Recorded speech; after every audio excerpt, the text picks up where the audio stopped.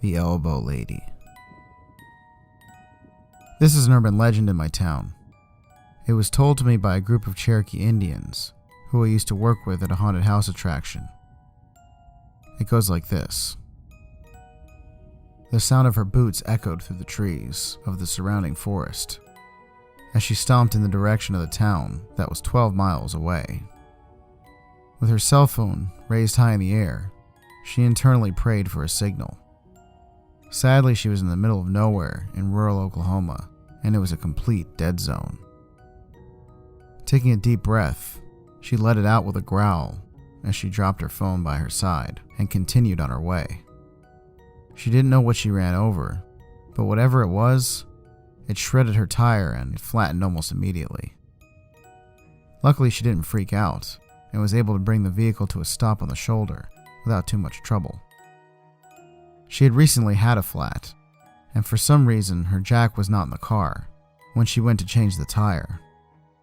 Her father, being the safety-conscious dad he was, made sure she knew how to change a tire and her oil before she set out on her own. "You can't rely on others to do the hard stuff all the time, Tammy," he would say. She shook her head and cursed under her breath, knowing he'd be disappointed in her, but wishing he was there at the same time. Peering up the road, she saw the faint glimmer of headlights sneaking through the trees from around a corner. Spirits lifting, she quickened the pace as she prepared to flag down the vehicle, its rumbling engine approaching quickly.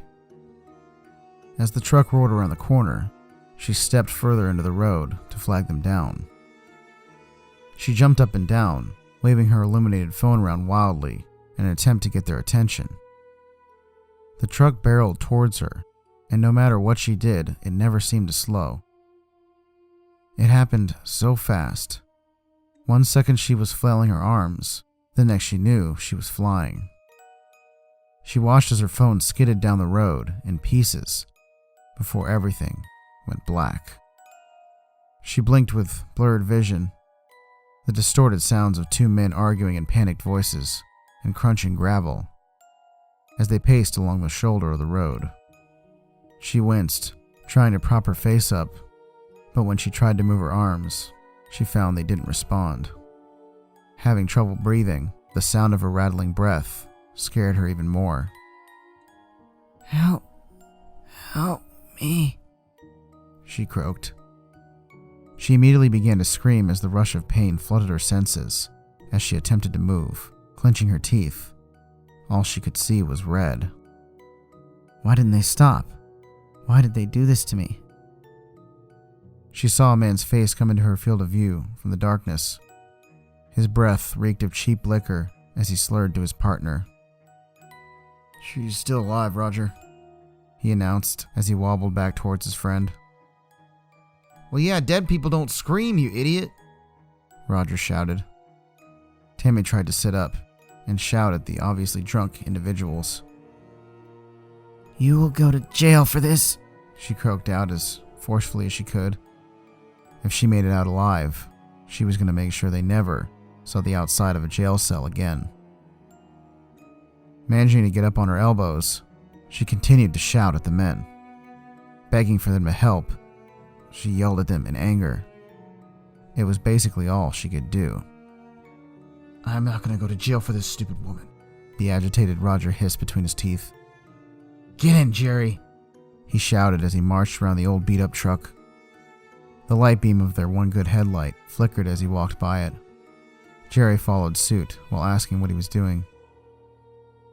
Tammy's blood ran cold as she soon realized what this psycho was planning. She began to try to drag herself off the road, but every movement caused extreme anguish, and every inch caused her to howl in pain. Her legs were broken, she was certain of it, not feeling anything below her knees. Looking back at the single beam of illuminating light behind her, she screamed as the engine roared like a rabid animal. It revved up and down for what seemed like forever, but was probably only a few minutes. Occasionally she heard the men arguing, muffled by the sounds of the motor.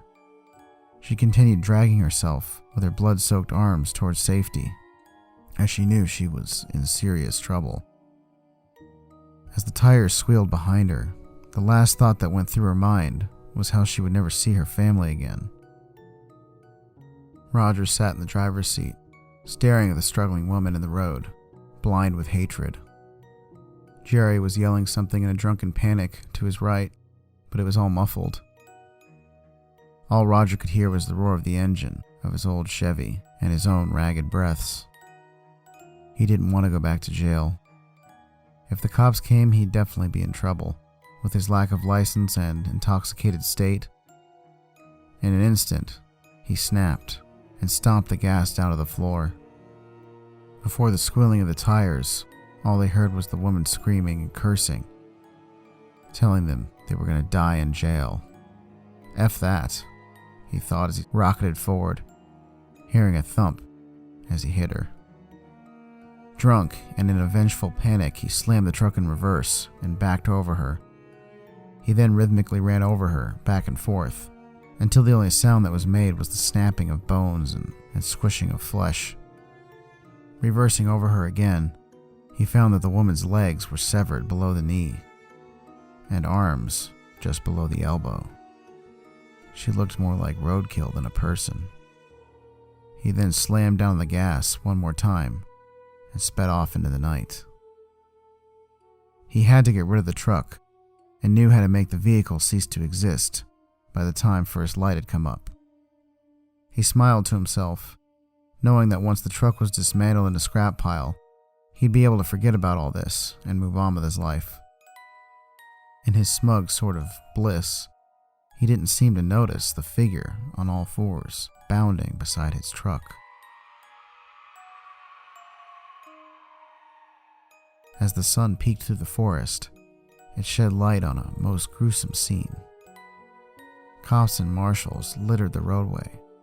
There were many emergency vehicles lining the highway, with their lights doing a dance of their own upon the surroundings. All of them were gathered around what was left of an old Chevy truck. The doors were missing, glass littering the ground like sparkling confetti, and the once white truck was mostly reddish-brown with dried blood. The driver and passenger were mangled beyond recognition. They had to send their dental records for identification so that their families could have some closure. There was one peculiar thing about the scene, though. All around the truck, it looked as if someone had taken sticks and drove them into the ground. There were tiny blood-splattered spots leading from the ditch to where it looked like the vehicle had lost control. It was as if an animal had ran to them, only no paw prints, no sign of any known creature. Upon toxicology, it was determined that the fatal wreck was caused by drunk driving. Several miles behind the gory wreck, there was a car found with a flat tire on the side of the road. The owner of the car, Tammy Wheeler, was never found. There was a bloody spot on the road a ways from the car, but with it being such a rural area, officials assumed the blood was made by an animal. Strangely though, there were those same bloody spots on the road, which no one could identify. The vehicle was towed and collected by the family, but no one ever heard from Tammy Wheeler again.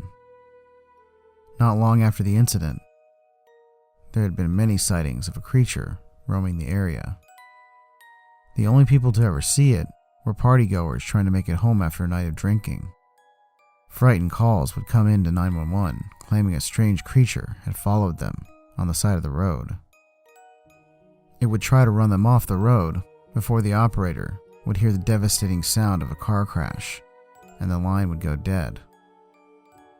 Every single person who called, describing this creature, would end up in a fatal car crash, and every single one of them had been drinking. There have been no survivors. From the bits and pieces that emergency services can get from all the calls, the description of the creature was a pale black-eyed woman with a disfigured bloody face and red matted long hair running beside their vehicle like an animal on 4 bloody stumps. The department soon dubbed this creature as the Elbow Lady, and let's just say drunk driving in the area dramatically declined. The story has gone around for generations.